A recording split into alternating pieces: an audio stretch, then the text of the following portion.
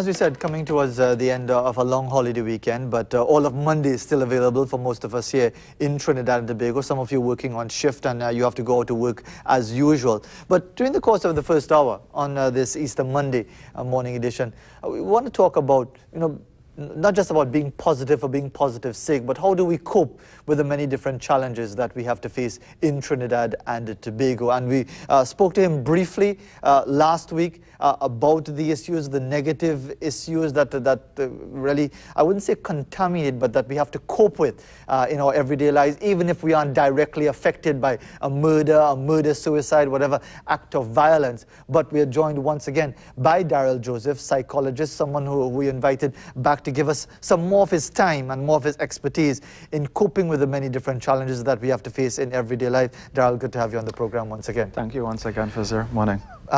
And you were asking me before we actually went on air about the little angry bird that I have here. And it's something that we had quite frequently at one time, about a laugh of the morning, and we'd press it and it would laugh and people would laugh and so on. But sometimes maybe it's even my own subconscious telling me that there isn't too much to laugh about in Trinidad and Tobago. That from the time you get up in the morning, you turn on the TV, some murder, some killing, some child. Remember last week, the country was reeling from the situation where 2 babies were killed. From what we're hearing, it's not just poisoning, was strangling and all of that. And people say, when is it going to stop? When is it going to end?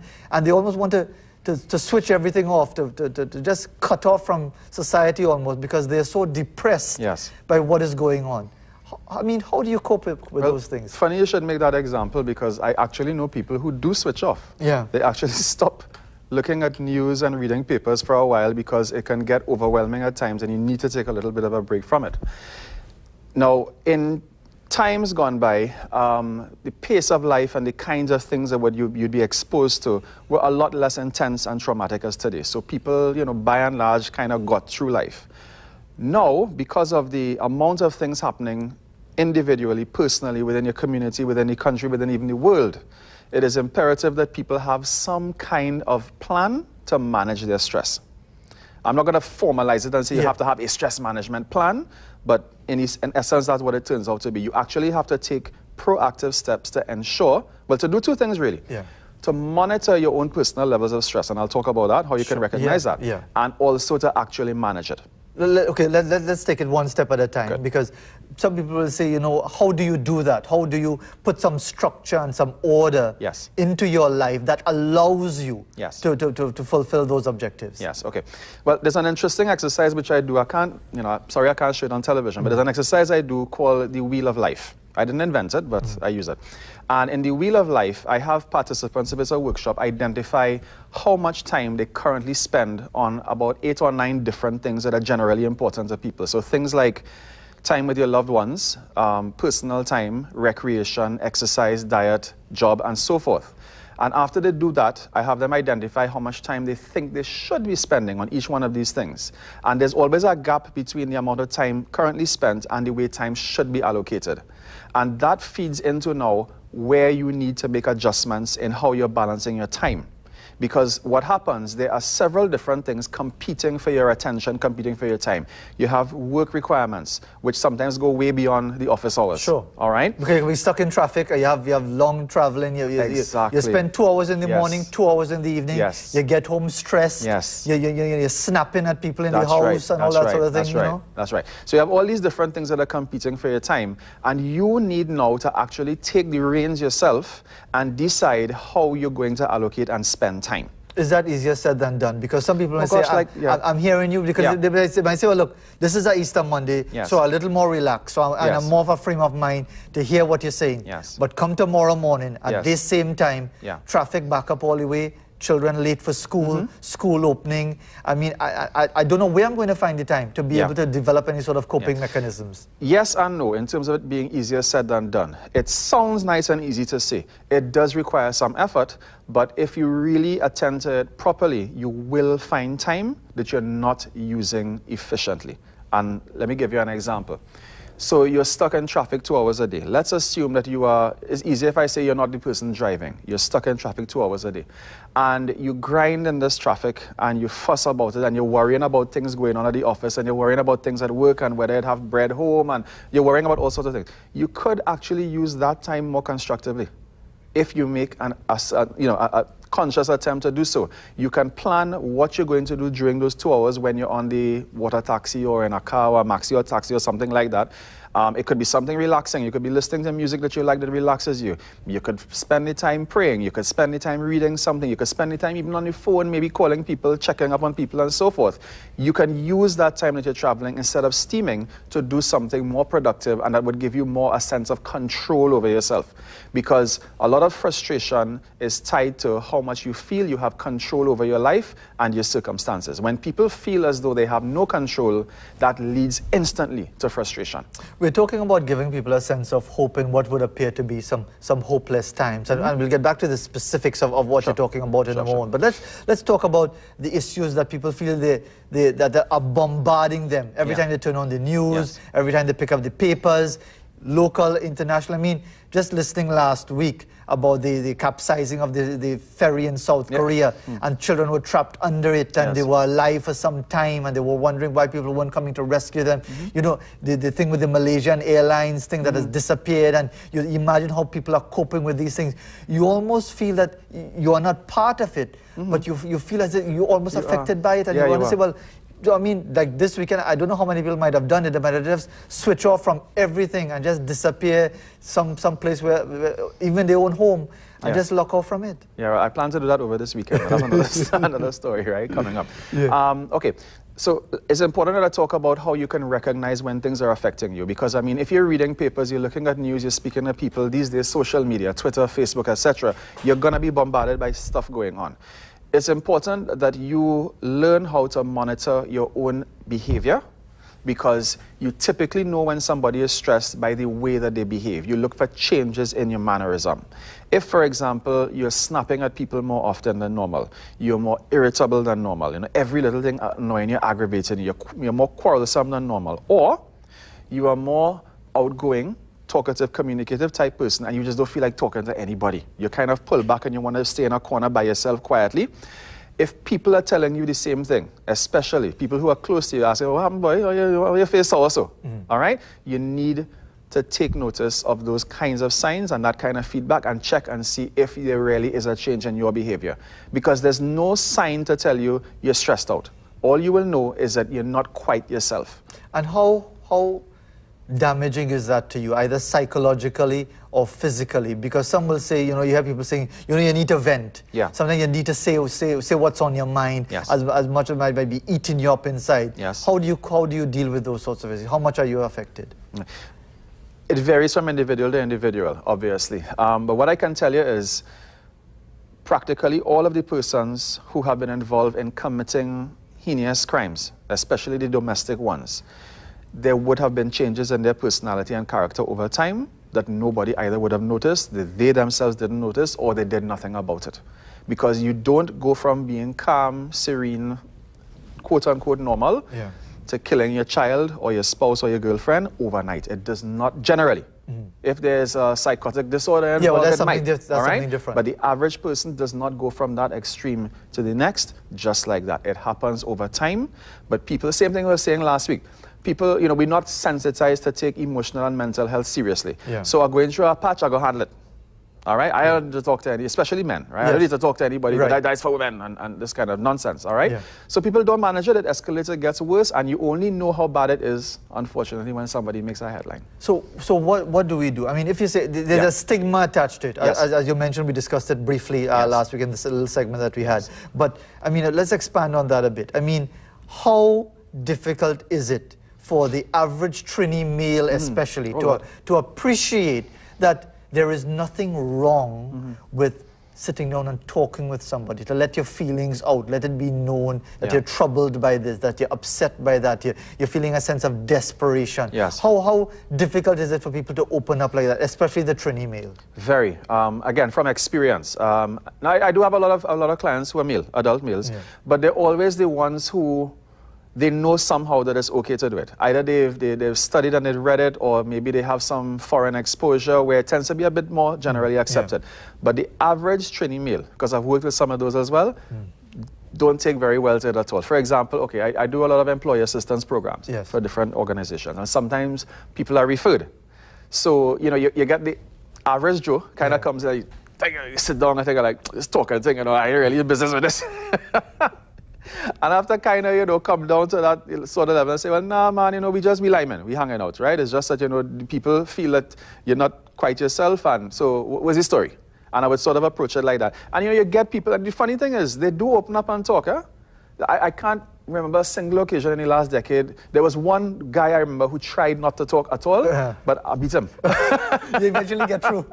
After about a concrete drill bit. 15 minutes of him pacing up and down, not saying anything, he started to talk and everything came out, all right? So it's natural for trainees to talk, you know. Yeah. But it's just that, you know, there's, as I said, there's a stigma. Is that a facade, this idea that, you know, we're talkative, we laugh about, we're on Arapita Avenue on a Friday night and thing, but that is masking a lot of issues that we prefer really not to deal with? Is how we use it, all right? We use distraction as a coping mechanism, I would think, more than the average person out there. Trinidadians on the whole. Anything happens, we use a form of distraction to take our minds away from it. November 19, 1989, we lose the football, we go on the avenue and we drink and we lime. November 16, 2005, we make the World Cup, we go on the avenue and we drink and we save. Panorama final just the other day. Panorama final, we lose by 1 point. We lime and we drink whole night until the next morning, okay? So, you know, we do talk and we do, you know, we do socialize, but a lot of times it is distracting behaviors. It's a coping mechanism that we distract ourselves. And the problem with that is after the distraction is gone, you're still left with the problem. Are we in a crisis? I mean, we always use this crisis term, and we like to put labels on things, but is it a crisis situation we're approaching as far as mental health in Trinidad and Tobago? Absolutely. I mean, you're agreeing readily, and I'm just wondering, you know, is that the easy thing to say? Some people might say, you know, this is just an exaggeration, but give me some, elaborate for me. Yeah, I don't think it's an exaggeration. There is this school of thought that, well, because of the penetration of media, we are seeing or we're hearing more about things happening, okay? Now, I don't have the statistics. I like to talk based on facts, right? I don't have the statistics to back up whether there's an increased incidence of domestic violence and these kinds of crimes over before. But the fact of the matter is it is at an alarming rate, and there is no healthy society in the world anywhere where, for a population of our size, these kinds of things could be happening with the frequency that they're happening, and you can consider the population to be normal, happy, cool, stress-free, and so forth. And as I use, the classic example I like to use is on the road driving. You tend to see what people are thinking quite easily on the road. A lot of people who appear, you know, they put on the show again. I good at this, as soon as they get behind the wheel, right? You see it happening all the time. Those are indicators that I use that inform my judgment about where we are right now in terms of our overall emotional state. In the second half of our interview, I want you to really give people some hope as to, you know, how to actually be able to smile once again, and so that we have that sort of tension and aggression. But in the few minutes we have before we go to our first break, I just want to talk about this whole issue of mental health. Because, I mean, just the name mental health, you think St. Anne's. Yeah, exactly. You say, no, don't combine me with that. Let's talk about different. I mean, are we even approaching that idea of understanding that you may mentally you may not be on a very healthy state? Doesn't mean that you're mad. Explain where we are at that stage of our development as a society, and even wanting to acknowledge that we may have different mental issues at different levels. Okay, so what I'll do, I'll make a parallel between physical health and mental health, so it'll be a lot easier to understand. So a person can be very sick physically, and you understand that. That's one extreme. A person is ill, they're sick, they need medication, you don't know how long they're going to last. A person could be not necessarily ill, but not necessarily particularly fit either. They can't run up the steps, they're not in shape, but they're not sick. So you'd put that person in the middle. And a person can be peak fitness, like an athlete, for example. You know, they're very strong and they're fit and so forth. We understand that there's a spectrum of physical health. It's the same thing with mental health. A person can be out and out psychotic in which case they need to be institutionalized and they need medication and maybe long-term therapy. A person could be neither ill mentally, but not particularly strong, not particularly able to cope and deal with things either in the middle, or a person could be the other extreme, where, you know, they handle things well, they have their life set out in a particular way, and they've learned how to manage the things that happen to them. So it's not a simple case of sane, insane. It's not a black or white situation. And I want to put out there that there's lots of people who are between the neutral state and the far end state, where they don't have strong coping mechanisms, they're not handling the things that are happening to them well, people are snapping very easily, people are very irritable, people are very selfish as well, because that selfishness, a lot of that comes in when a person feels threatened, and a person is irritated and upset and so forth. So I'm putting forward the idea that lots of us are on the negative side of that emotional wellness scale, but it is a scale. And because a person is not coping and handling things well, it does not mean they're going to run across the road naked. Well, that's reassuring to hear. Yes, it is. But the thing is, though, I mean, where could this lead us? I mean, the argument, I suppose, is that we can see the evidence of where it's leading us already. Do you get a sense that it's going to get worse before it gets better? It probably will, because things never remain the same, and unless you're doing something actively to engage a particular issue or problem, things generally will tend to get worse. Is it that simply the way our lives are structured in the modern environment, the Trinidad and Tobago of 2014, doesn't allow for that time to step back and assess where you are along that spectrum? That people are saying, well, Mr. Darrell Joseph, I hear in you, it's all well and good for you to talk about it, but you don't have to deal with what I have to deal with, with the children, with the man who never are wrong, with this and that, with the job that long hours, low pay, and all that people will say, look, I want to take the time to assess where I am mentally, but I don't have the time to take the time. You see, fear of the unknown is one of the most crippling things that could happen to a person. So a person, you know, that person you're talking about there, they're in a job, for example, where, you know, they're not earning anything close to what they need to earn. They could barely make ends meet. And they tell themselves, look, I have a job. Let me hold on to it for dear life. I could not possibly get anything else better out there. Let me don't even bother to try to even think about looking for something else. That's fear talking. Fear, as I said, is one of the most crippling things that could happen to a person. I'm in this relationship. I know this man is not good for me. There are signs that he's very possessive and he's very, you know, borderline abusive and so forth, but I don't know if I will get another man. Fear again. Those are things you can actually engage. How? I said, because people, as you say, fear, I wonder if it has to do with self-confidence and self-worth as it's well. Tied up in that too. Because you might say, look, you know, I can't get nothing better than this, so I don't even bother to try. That's right, It's tied up in that. All of these are issues that I would deal with typically in, you know, in the room, all right? You're quite correct. The level of confidence a person has, as I said, the level of belief that they have control over their circumstances as well plays into it. If you feel as though life has just happened to you right through, every stage of your life, you're not going to feel as though you can do anything that really changes circumstances. And that in itself is crippling, because very often you can. Because, you know, you talk with a lot of people, and just, you know, casual old talk, but you're talking cricket, football, we talk about All-Stars, lose by a point and all that sort of thing. You know, I keep bringing it up. You keep bringing it up. Just to keep aggravating you a little bit. Before we go into a positive second half of our discussion. But, you know, you almost get a sense that people are unhappy. You know, some people have viewed us as an increasingly angry nation. Is it as much angry as almost resigned to being always in a state of stress almost? I think a lot of people do feel like that. I think a lot of people do feel resigned into a state of distress because, like I said, sometimes people come to me and, you know, they say things like, you know, I wanted to come and talk to somebody for a long time, but I didn't feel as though, you know, it would have made any difference. And as we begin to get into it, and as I begin to show you, well, look, you know, maybe you don't have to accept this particular thing.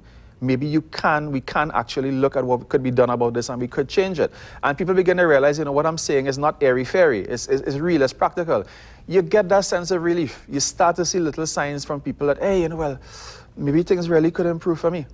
But by and large, a lot of people, as you said, are resigned to just simply think, I can't do anything about this. This is the job I have. This is where I am in society. These are the children I have. This is the husband or the wife I have. This is where I live. And I just have to try and cope and make do with it. And very quickly, before we take a break, what could be the consequences, health-wise, mentally, physically, from a situation like that? Because some people say, well, like, you know, I live with hard times for 60 years. I ain't kill nobody. I ain't chop up nobody. But I mean, what about quality of life? Right. Okay. Well, first of all, there's a proven connection between stress and physical illness. Okay? We call it physiological effects. Anytime what's happening to you emotionally or mentally is affecting your body and your physical health, that's a physiological reaction. There's a very clear, well-accepted relationship between the two. So in managing lifestyle diseases, diabetes, hypertension, pressure, so forth, you always hear them talk about managing your stress, about having exercise, about eating right. Those are things that you have some degree of control over if you're really serious about it. Well, I think we want to have everybody serious about our discussion that we're having this morning with Daryl Joseph, psychologist, about having a much more positive outlook to life. And I mean, you're talking about the ultimate pessimist. As everybody in my family tells me, they can't stand being around me at certain times because everything is very, very negative. And it's something that I have to learn to cope with myself. So if you're talking about people with mental health issues, I am patient number one when it comes to that. But we want to have a much more positive outlook when we come back right after this in the first hour of our Easter Monday morning edition, talking about coping mechanisms and giving us some hope when we come back.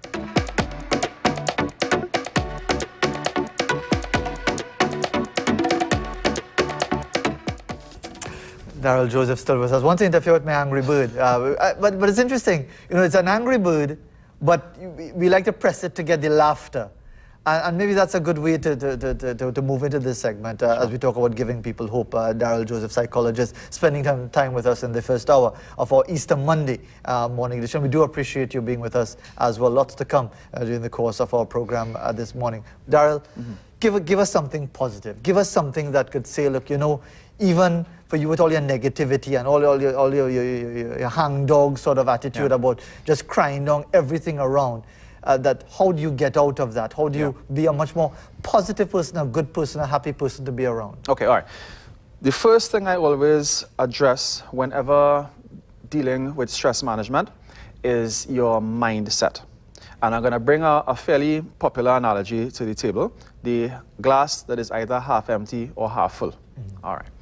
So you know what it is, right? It's a glass and it is exactly one half filled with water.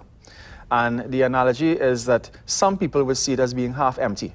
And that's generally seen as a negative sort of viewpoint, okay? As in, you know, well, almost as though it's supposed to be empty, there's supposed to be nothing, there's supposed to be no hope, everything's supposed to be bad, you know, and well, it's just halfway away from there. Yeah. And the other perspective is it's half full. Things will get better, it will fill up, there will be more positive things happening. When you're bombarded with a lot of negativity, when you have a lot of negative experiences, your mind can actually learn how to see only the negative in everything around you. So 10 good things happen around you for the day. One bad thing happens, you come home in the evening and you rant about that one bad thing for the rest of the evening. The 10 good things, well, that's nothing. That's supposed to happen anyway. No. Those are 10 good things that happen that need to be acknowledged. A lot of people don't do that. So the first thing I address is the mindset, right? How you look at things. Training a person how to see positive things. I actually would give a homework assignment. I would say, well, okay, over the next week, I want you to record 5 positive things that happened to you. And when you come back, we'll talk about those 5 things first before anything else. Well, while we're having that discussion, why don't you all do that as well? As we're talking about this one. Write down 5 positive things that would have happened to you during the course of the weekend, because it's Easter Mondays. Write down 5. You could come up with 5, but continue. Go ahead. Let's just try and give some people some work as we're talking. And sometimes it's simple things, you know. I went to the beach. We had a good day with the family, right? If you're having, okay, let's say things are bad between yourself and your partner, for example. We didn't quarrel all day today. You might overlook that as nothing, but it is something positive.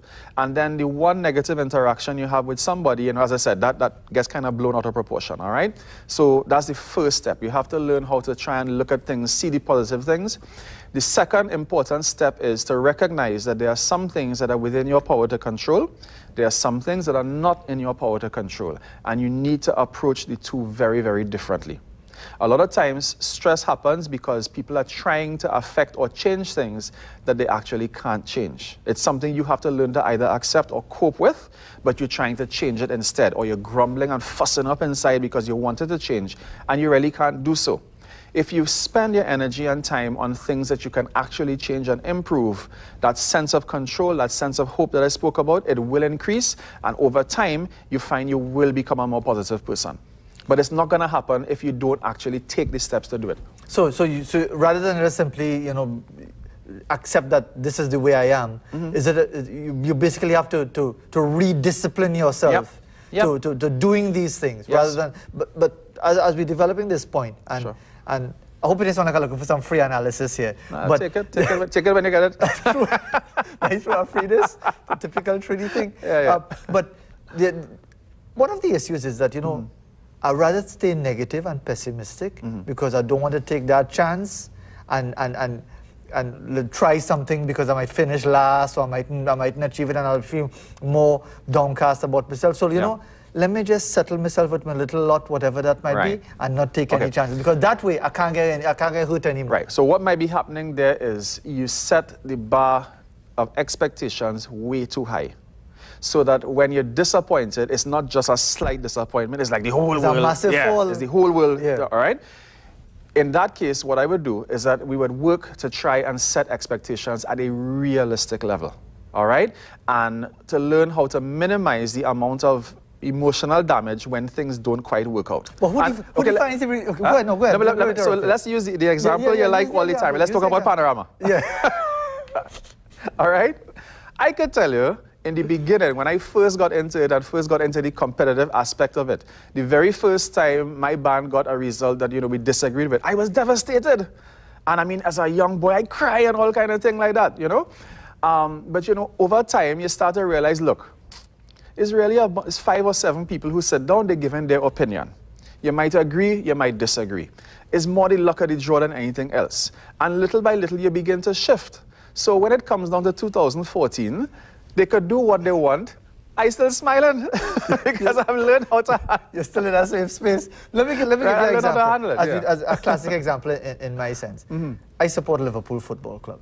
Okay. I mean, I've supported since 1977. Good year for you. Good so far. So far. Well, let me just tell you that. Exactly. Half empty. Here's my thing. Don't mind that 2 points in front before this weekend. Man City gone and drawn after we beat them and so on. Whereas previously, I would have followed every single game.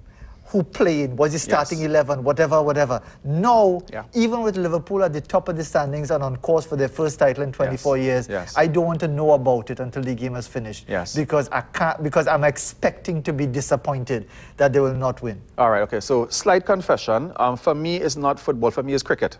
I stopped following West Indies cricket day in, day out years ago for the same reason, right? And I never got back to it. But again, it's the whole thing about how do you handle disappointment. The team can win, the team can lose. That's just the way it is.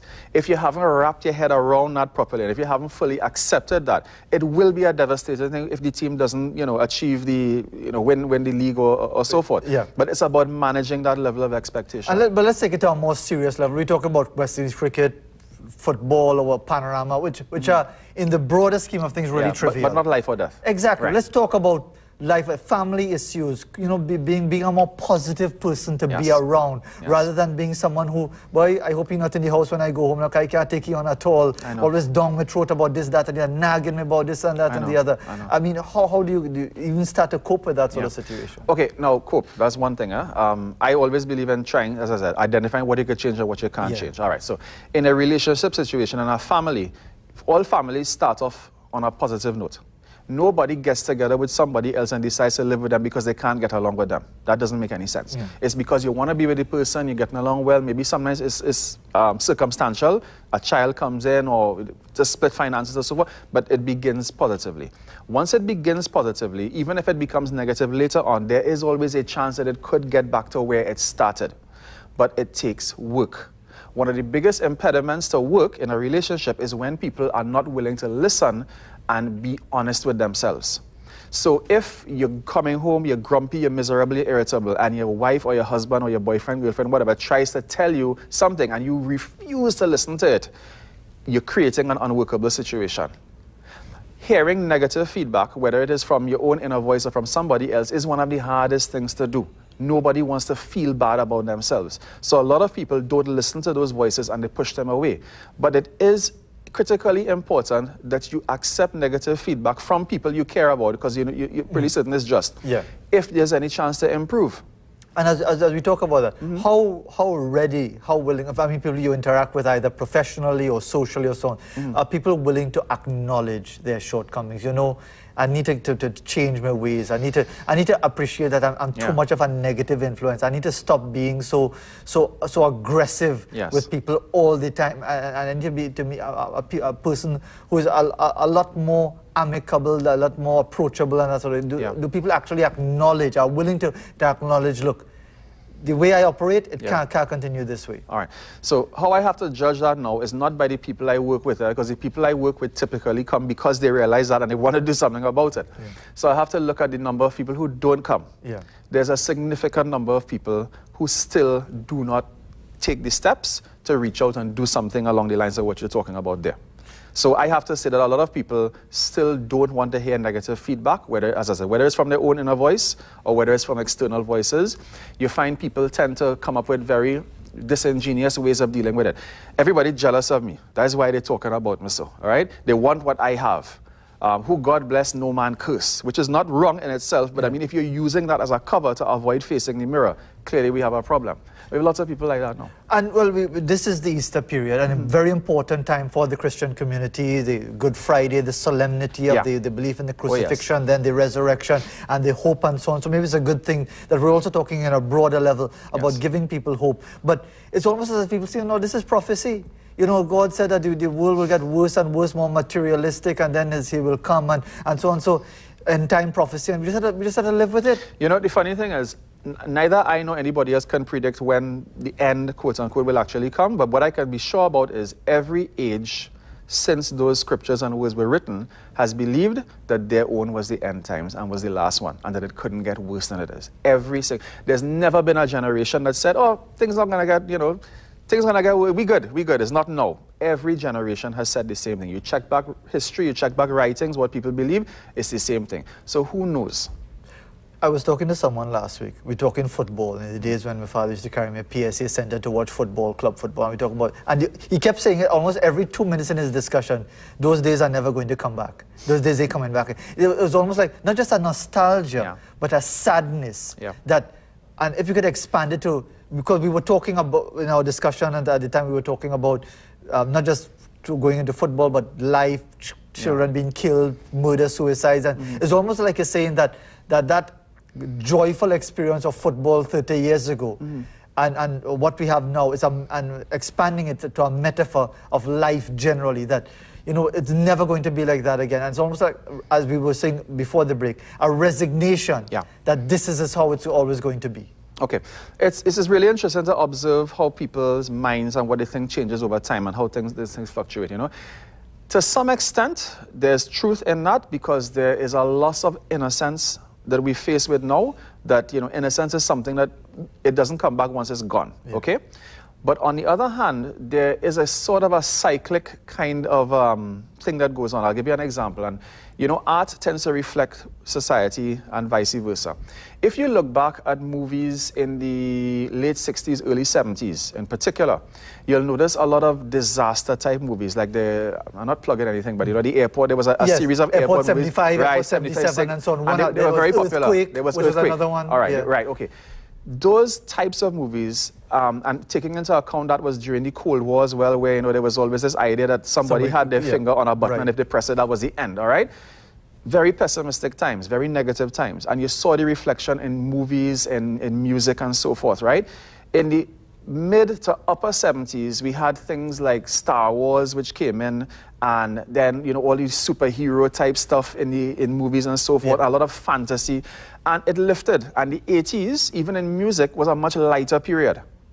Now we've seen it swing back towards a sort of a dark period again.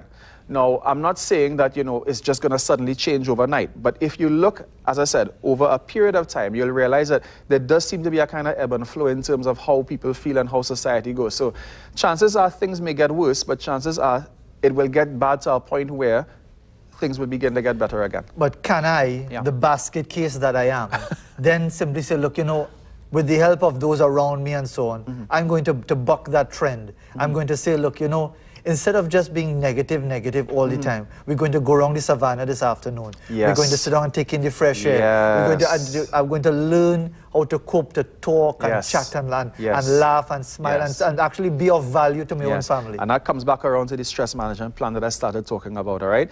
You got to look for ways to get stress relief. And it doesn't necessarily have to mean you're going to take the family and go Disney World. Because first thing, expensive like that. It doesn't people mean think that. about, me have no money for that, you know. No. I ain't no millionaire like them, so on, whatever. They might say, well, all of them could enjoy the good life because they could afford it. No, it doesn't work like that. As I said, take a walk around the savannah, carry the family by the zoo, the botanical gardens, go to the beach, a family lime, pull together your friends and family, everybody brings something. Dutch limes come back now in a region, right? You're spending a cent. Exactly. And you're making sure people don't use everything out so you can keep some.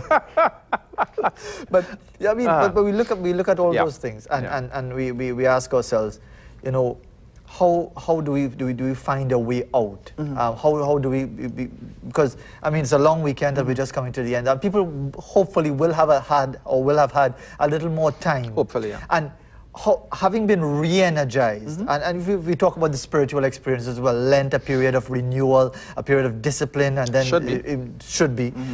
Ramadan for the Muslim community, for the Hindu community, they have their periods of fasting as well, different religions and so on. Yeah. And there's a sort of a spiritual renewal that comes out of that, but how do you sustain it in a positive way? Because it tends to, from the first time somebody cuts you at a red light, all of that positivity from the weekend just evaporate into thin air. Well, you know, that's the real challenge, because even for people who are quote-unquote religious, it makes no sense if you go through the ritual and it doesn't transform your life and the way that you do and talk and interact and say things every day. You really don't day. need to be talking about me like that, you know, because I mean, it's a classic example that people who are, you know, beautifully behaved in the mosque, in the church, and the mandir or whatever, but it's a lagahu at home. Yes. I mean, how? I mean, I'm sure I'm not alone in that regard. No. But well, how do you kind of, you know, translate that serenity into your everyday life? Yeah. Okay. Well, I'm not going to try to pretend to be any kind of pastor or pundit or priest or anything like that, right? All I will say is that a large part of the job of persons who does their calling is to help people do exactly what you're talking about there. Take what is spoken and what you learn on Sunday into the rest of your week. All right? What I could say on an individual level is you have to make a conscious effort to not live a life that is inconsistent. And when I say inconsistent, I mean you believe and say one thing and then do something else. That's a very individual decision. It's something that you have to make up your mind. You can't say you love your neighbor, but you're bad talking your neighbor at the same time. That's stressful, all right? That's tension. So it's an individual decision you make. The same way how we talk about, okay, well, I don't have any big set of money, but I could go around the savannah. That's an individual decision you have to make. And especially for persons with families, parents, the responsibility is even more on you, because remember, you are shaping the minds of tomorrow, you're shaping the characters of tomorrow, and what you do will impact the way they do things later on. So it's very, very important that you make an effort to get it right from now. The mindset, habits, everything. We have just a couple of minutes left, Daryl, and we really appreciate you spending the time with us to talk about these things on this Easter Monday edition. Very glad to. How much, I mean, this is the media and you don't want anybody to switch off because you want people to keep watching and listening and whatever, but how much, sometimes you have to step away in whatever way you choose, whether physically or mentally, step away from what is causing you to be extremely negative. And if it happens to be the media, if you, like when every time you turn on the news, you get upset, whether it be an act of violence or hearing some politician you don't like, which is another story by itself. How important is it to sometimes, look, step away from that for a while? Look, I'll be honest, I have to monitor myself all the time because I can't be working with somebody and they say something that makes me snap, all right? I'll be perfectly honest, there have been times in the recent past where I have stepped away from it for a while, where I have stopped watching news religiously at 7 o'clock every night. I might check my Twitter feed instead at 8 to see, well, what are the headlines, and if I want to read something, I'll read it. Simply for the same reason, after I've been through a whole long day dealing with problems, I come in home and know how I'm feeling. And as the self-monitoring I'm talking about, I know I'm irritable, I know I'm kind of moody, kind of grumpy. I'm going to look at some comedy, or I'm going to look at something that will make me laugh, or, you know, talk with my family about something fun, something that could, alleviate my stress, right? That's a conscious decision I'll take, but it's based upon me monitoring and being honest with myself. And in being honest with ourselves, and it's good to know that you have that family support, which is so very important for all of us. Thankfully, yeah. In the few seconds that we have, can you emphasize, if it's at all possible in a few seconds, the importance of the family relationship? Because that is under serious stress in Trinidad and Tobago. The breakdown in family life is the root of all of the problems that we are having societally, full stop.